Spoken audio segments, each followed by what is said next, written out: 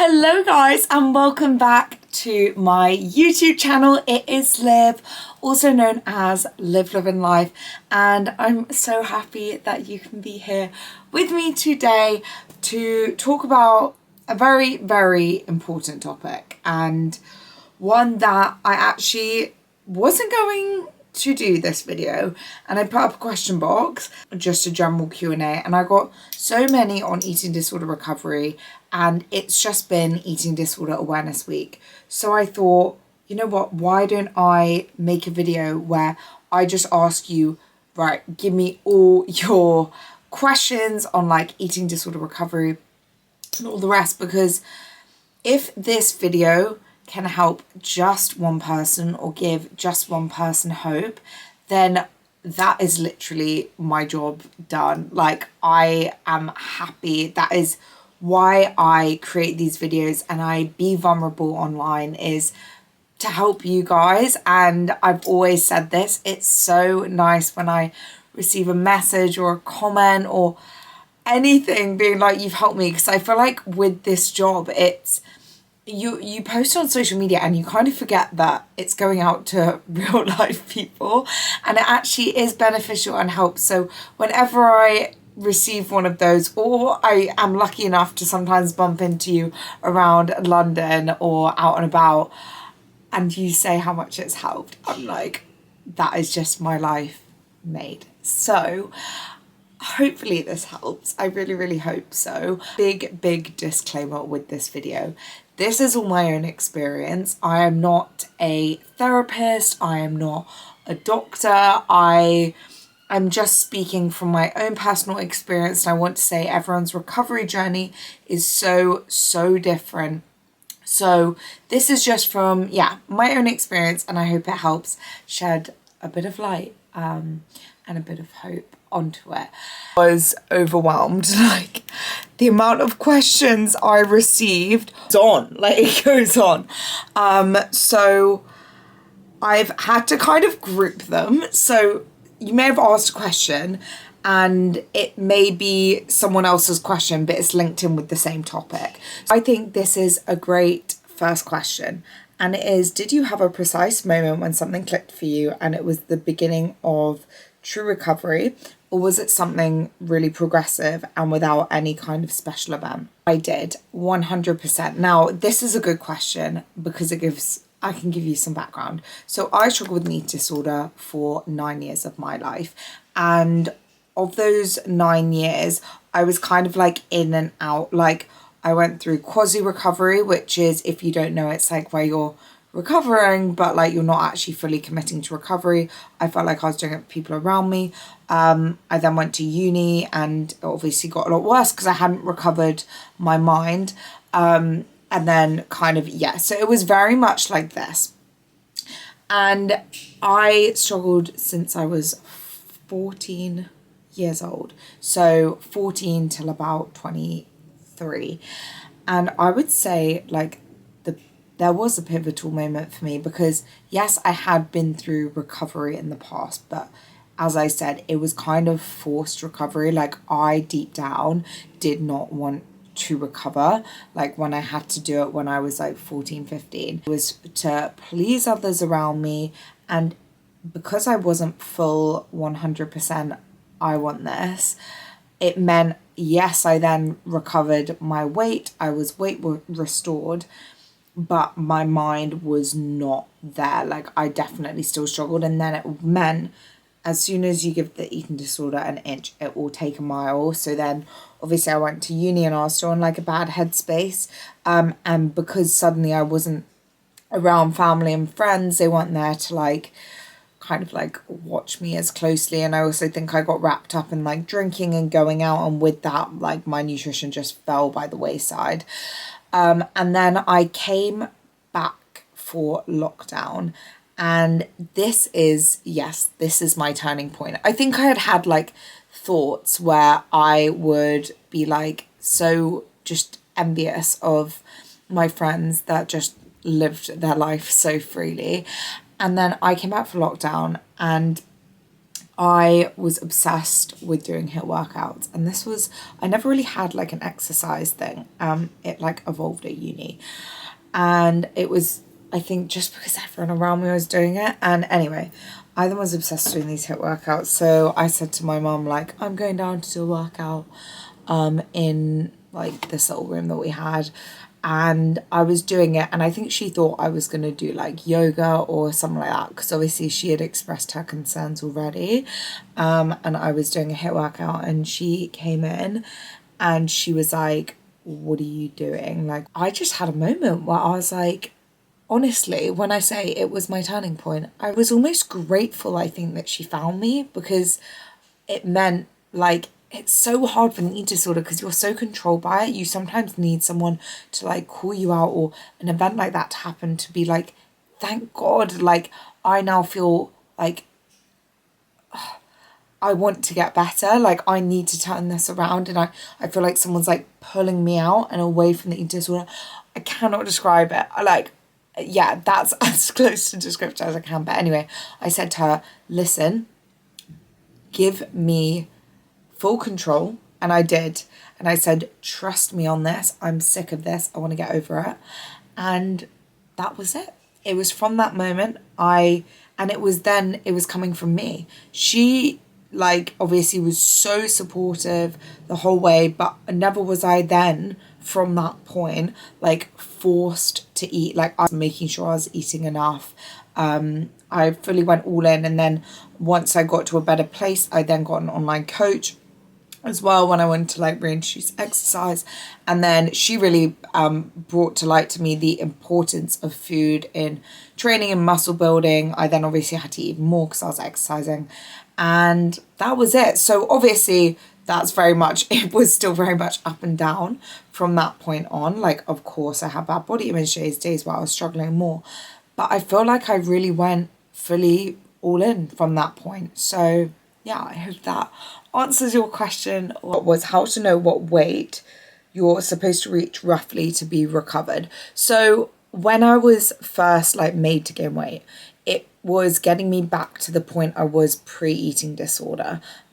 So I think that's like a pretty accurate, because pre-eating disorder, you were happy, you were free around food, and there was a buffer. So I actually think I had to gain beyond that first initial weight that I was, because this is a thing, it's like you should gain like a kilo or so over, just in case you get ill, or like, yeah, you go, I don't know, traveling, and you know how sometimes like weight loss can happen, but you don't want to just about be in that safe zone. You want to be kind of like within a range. So that was that for me. And then I actually think the second time I recovered, because then I also started to put on muscle on top of the weight, and muscle is like heavy. I actually weigh a lot more than I did pre-eating disorder. I also think like bodies change. So I obviously am much more of a woman now. Like, I'm 26 years old, and I just think naturally you get a bit like curvier and things like that. So I think just the weight where you are able to live and enjoy your life and say yes to foods and don't feel restricted by that voice is the healthy weight for you.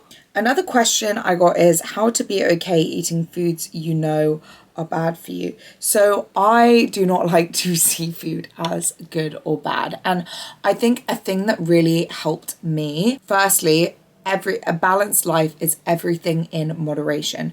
But secondly, what helped put in perspective for me, because I'm trying to think of an example. For example, like the difference between pasta and rice, like, and I know like rice, I'm not saying it was a fair food or a safe food, but this is just a prime example. So say rice is a safe food for you and pasta is a fair food. Now, you have to remember, your body is not seeing the food as pasta, as rice. It is seeing it as like carbohydrate, source of energy. And 100 grams of rice and 100 grams of pasta, like, it's the same. Your body will see it as the same. It will literally see it as, I don't think it is 100 grams of carbs, but 100 grams of carbs. So I think that really, really helped me when I'd have those fear foods. And the more you then have them, and have those foods that you deem bad, the more you're then like, oh, nothing bad happened when I had that bowl of pasta instead of rice for dinner. So the only way you're going to overcome that is by eating those foods, like feeling that fear and doing it anyway. There was also another little thing that helped me. I'm trying to remember. Oh yeah, prime example was like, would you rather, like, you have to eat a certain amount anyway. Would you rather have to eat like 7 bowls of watermelon to get there, or would you actually rather enjoy like and have like a chocolate bar and 2 donuts or something? I know what I would rather be doing, and as I said, I think there's so much emphasis on like what you eat, but what you eat doesn't actually matter at the end of the day. Like, all food is equal, and the only way you're going to start seeing all food is equal is if you start to let go of those fears and just allow for like a balanced diet where you can enjoy anything and everything. It's how to accept your body after weight gain. Now, I actually want to preface this by saying that bad body image days, or days where you sometimes feel a bit like, nah, not feeling great myself, I do genuinely think that's part of normal human experience. Like, I don't look at my body every single day and think, oh my God, I look incredible. Like, I'm obsessed with how I look. Like, I just don't. That's why I think it's so much more achievable to work towards body neutrality over body positive. I love the body positive movement, but some days you're just not feeling it, and that is completely fine. And I think then the issue with like love your body at every day, every stage, sometimes that can be really hard, and then you could then feel like, oh, is there something wrong with me, the fact that I don't?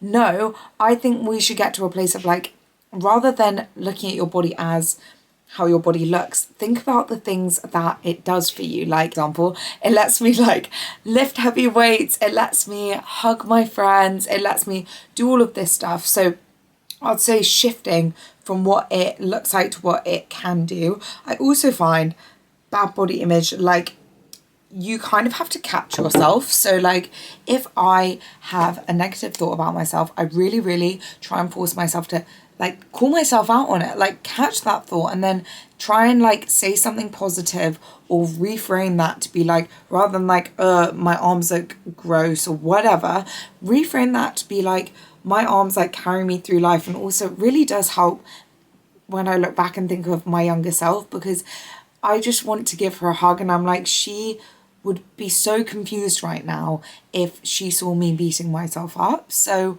I think just reframing in that way. And also another thing, which is quite random, that helped me with like accepting my body, is actually like realizing there is so much more to me, and like filling up those cups that are not to do with self-image. So for example, like if you have some hobbies that you really enjoy and love, like feeding into that, because for example, I love research and I loved studying and being at uni, and I think that's a really like cool part of me. I think it's so much better to then fill my cup up in that way, like, oh, I'm gonna read a really cool like historical book or something like that, and that adds a string to my bow that is like nothing to do with how I look. It's so much more to do with like who I am as a person. So I think really deep diving into like the things that you really like about yourself, or if you don't have any particular hobbies, like finding some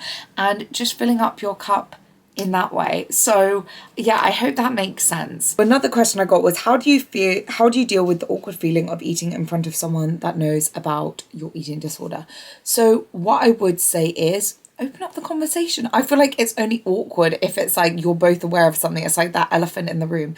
If you open up that conversation and like super open with them about it, like whilst you're chatting, it actually will probably really help you. And also, I often find when you sometimes, like, if you are open about your struggles, say you're eating with them and you're like, oh, I'm finding this really difficult, saying it out loud, really can help rationalize it. Like, it can put into perspective, like, oh my gosh, I'm being so silly with these thoughts.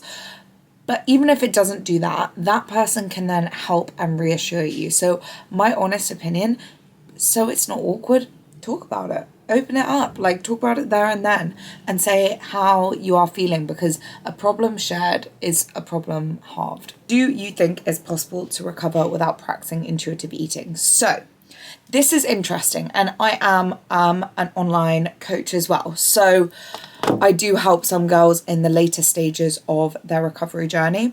And what I would say is this is so dependent on the person. Intuitive eating is the end goal, but sometimes you have to eat so much and so far beyond hunger, it's useful to have a vague idea in mind of what you're eating. And this is what I found, because I had to eat so much. It was useful to me because I don't think I would have eaten that much if I wasn't like tracking to a goal. That being said, I would only track a few days a week or like follow a meal plan, so there's no numbers involved. But then I would practice intuitive eating like on some other days, so I'd call it flexible, like tracking or flexible following a meal plan. Because then on those other days, I would kind of have a vague idea, because of the days where I was following a meal plan, of how much I should eat. So yeah, in terms of that, it helped me. But I want to preface that by saying I have never had a toxic relationship with tracking, meal plan, etc. I literally think, because I don't know why, I never had an app for it. For me, it was more like food rules as opposed to numbers. So that being said, take that little bit of information into account. But yeah, so I would do flexibly doing it purely because I was having to eat so much, and oh my goodness, I was so full some days, and it just really did help me push through. And again, it also actually helped me see food as just food, rather than being like, it helped me overcome my fear foods in a weird way. But then I obviously moved to intuitive eating once I got to a certain point that I was happy with. Interesting. How do you find the difference between discipline in eating healthy foods and restriction? So I think it's like when you go through a weight gain journey, and this is why I'm going to come on to extreme hunger, but I think it's really important that you listen to extreme hunger.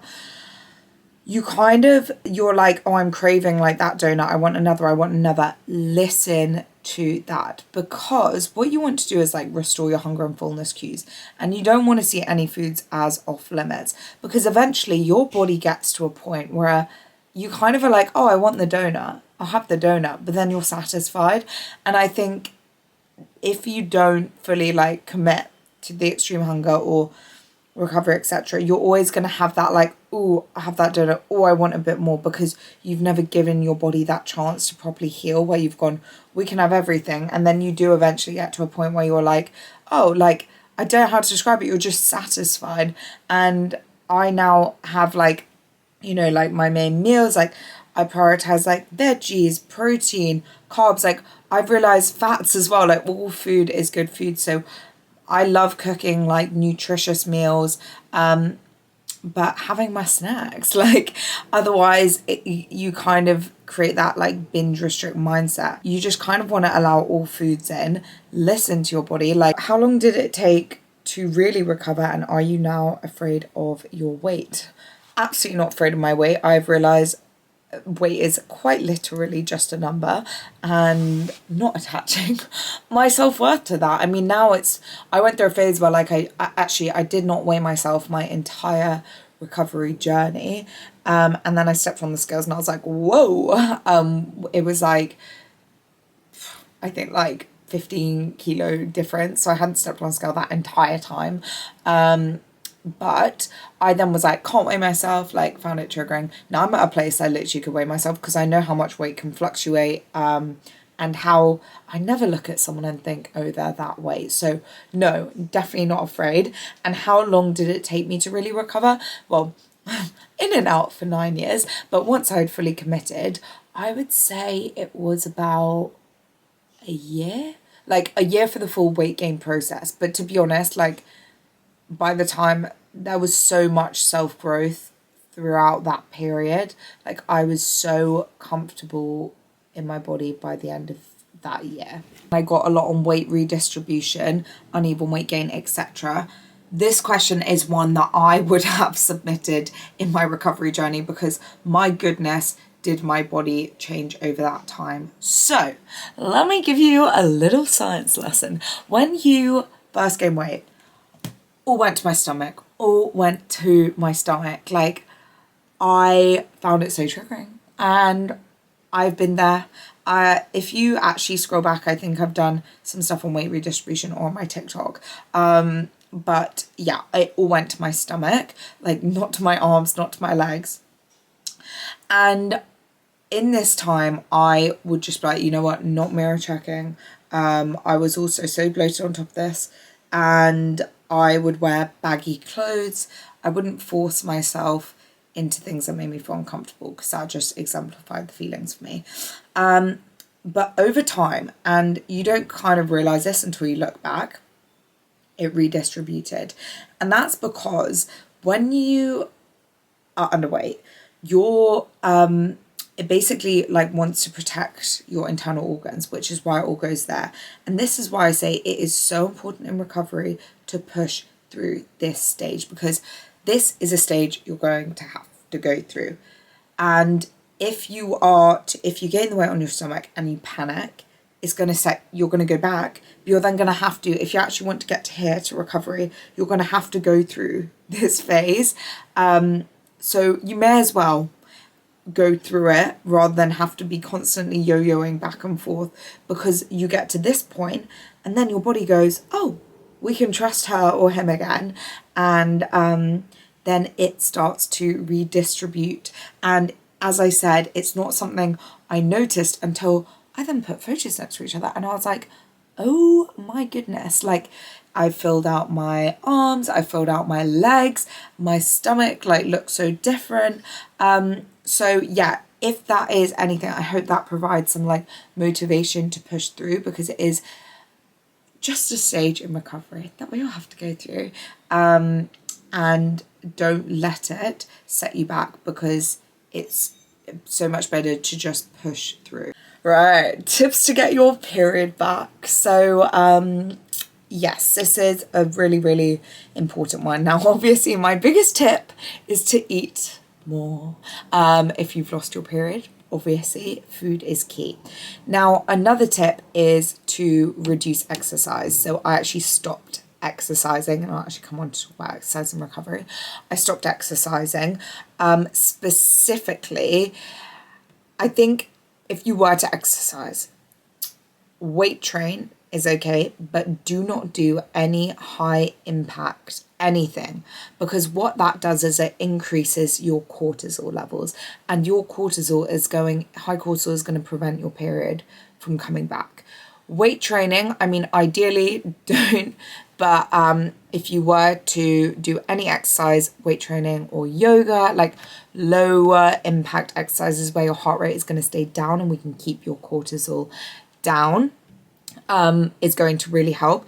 Also, in terms of just walking, like steps, etc., you should try and limit those. I think I literally was like not really walking that much, because again, going to increase your cortisol levels.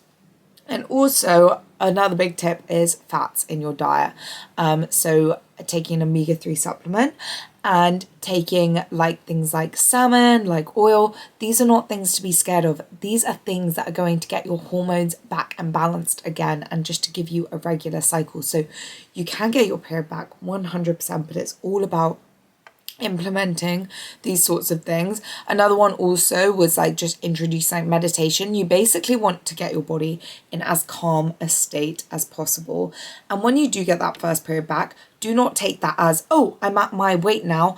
You need to go over that weight, because if you're only just getting your period and say you got sick or anything, you'd lose it again. Like, you cannot afford to then like be in any buffer. You need to get 3 regular healthy periods, because sometimes you can just get the odd one, and in order for it to be properly back, like you don't want to panic and like oh, I'm going to eat less. Like, you need your body to keep trusting you. How did you handle gaining weight even when your ED brain told you that skinny is better? Now, this is really interesting. And I hope this piece of advice is helpful. But what helped me was filling my feed slash social media with people that were not underweight, not skinny, people that made me feel good in my body. I think I was highly, highly influenced by social media and the perfect body. And what you forget is editing, angles. So much goes into this. But then what helped me was, being like, for example, like strong girls, like girls that eat. And I was like, I want to be like them. Like, it's so much cooler. Like, I would envision someone I would find like cool or would like love to be friends with. That girl eats whatever she wants. She's strong. She's like empowering. She's not restricting. She's not so hyper conscious of how she looks. So yeah, I think on a lot of social media things now you can put like not interested. So, you know, I feel like on TikTok nowadays it's so many like underweight people like dancing and, you know, whatever, they're posting whatever. Go click not interested if that is feeding into your like ED brain. If any content feeds into your ED brain, click not interested. I also do think if you're like romanticizing your smaller body, reminding yourself what comes with a smaller body and like how there is nothing to romanticize about that. I also think deleting like any old photos or things that I just think the things that are triggering you to think that way, try and remove and limit them as much as they can. So like deleting old photos or things like that, because I think it's officially saying goodbye to like that smaller body that did not serve you. How to heal my gut, stop bloating, etc. This came with eating for me. So actually what's interesting is when I started my recovery, or way back, like way back, I think I was trying to do it all clean foods, blah, blah. Crap, that is a lie. Do not do it that way, because I was having to eat so much. Like, I actually found my bloating got better when I started to move to just having the bread or just having the rice, not some like weird health fad substitute, like just eating the actual food.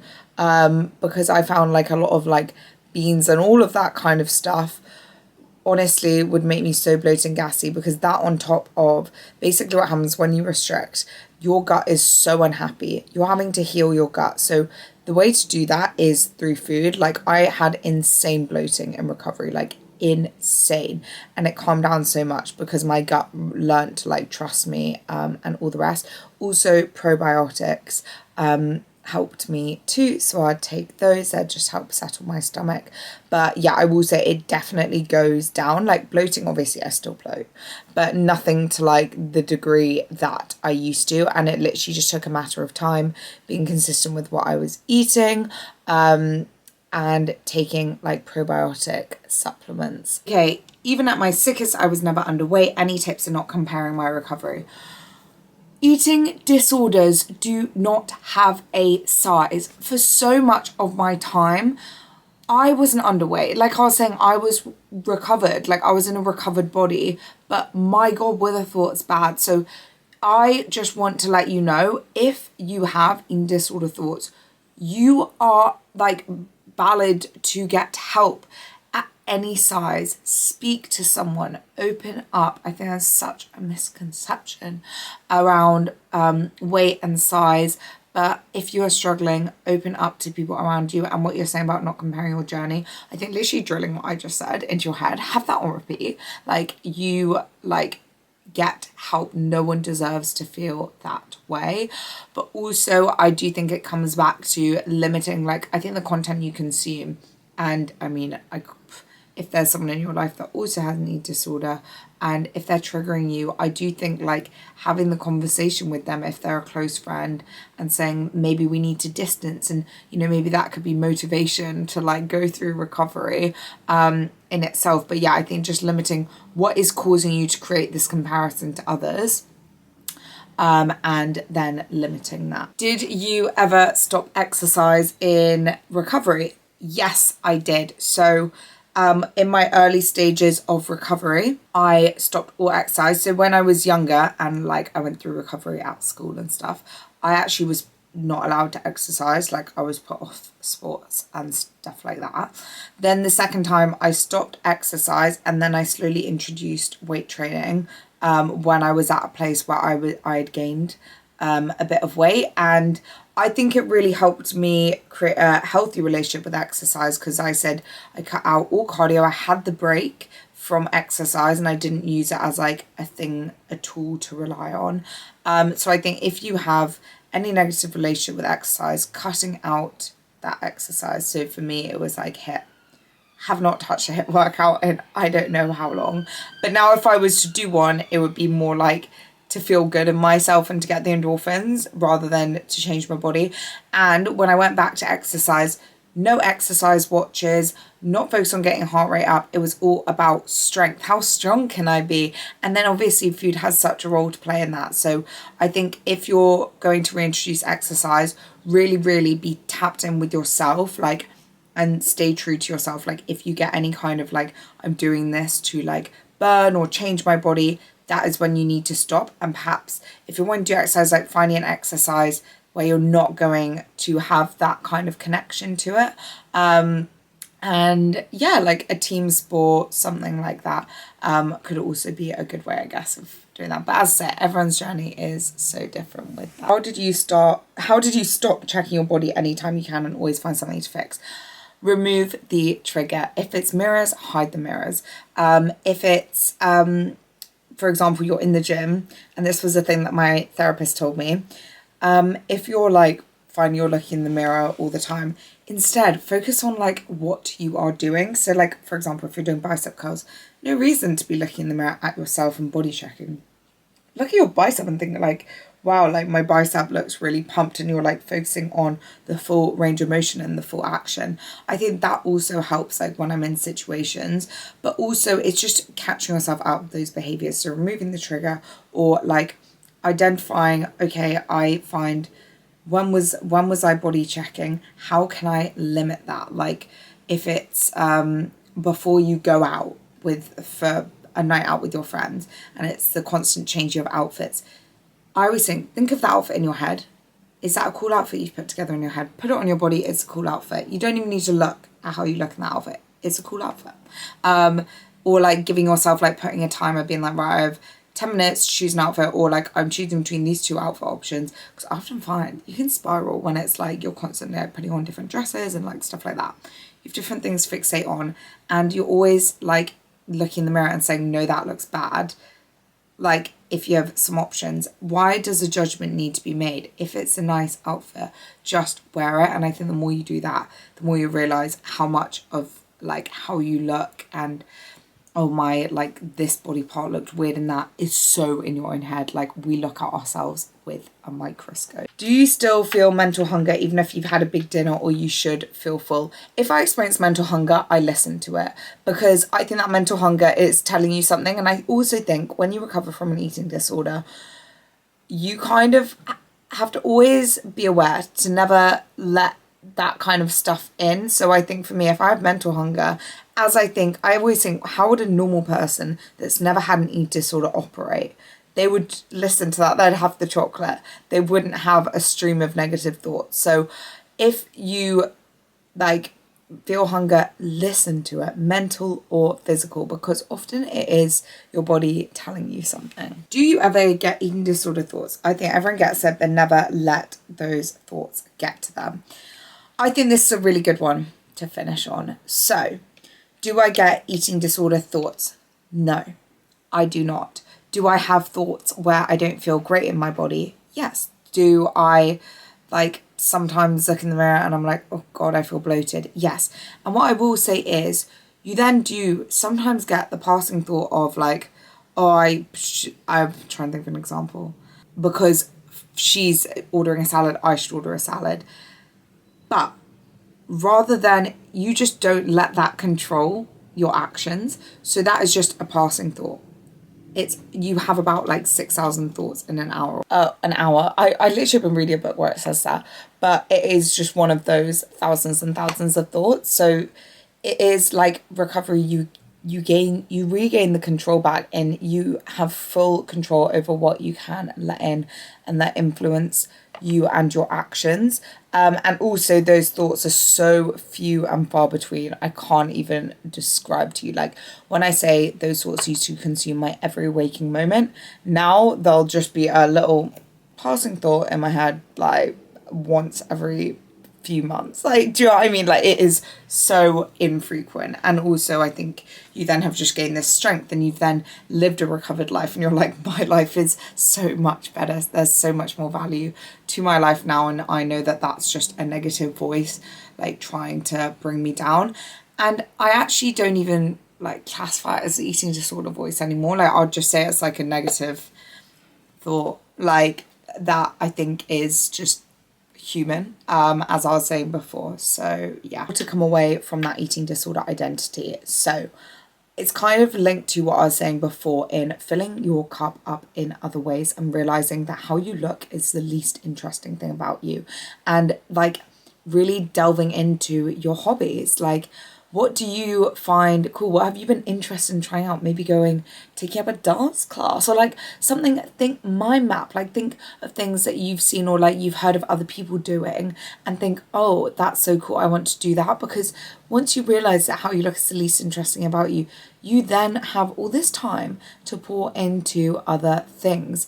So I definitely think that helped. I also think just spending time with friends and like within that, like doing fun activities with them, because I think then you realize you like value and see yourself in the way that your friends see you, like someone to laugh with, someone that makes them feel loved, that sort of thing. So yeah, I definitely think that is what helped me move away from that. So I think this is where I wrap up the video and say goodbye. I hope that has been helpful, and I hope some of your questions have been answered, and if it has been helpful, I'll talk more about it. I'll do more videos on it and hopefully do another Q&A like this soon. But yeah, I just wanted to say thank you so much for being here. I am so proud of you.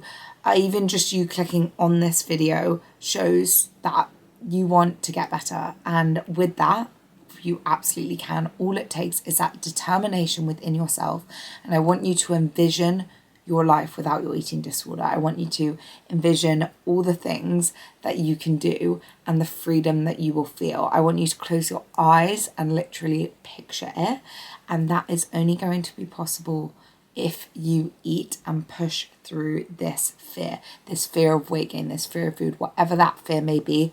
Feel that fear and do it anyway. And I know recovery can be so hard and that voice can be screaming at you, but when I tell you that voice screaming is the eating disorder dying.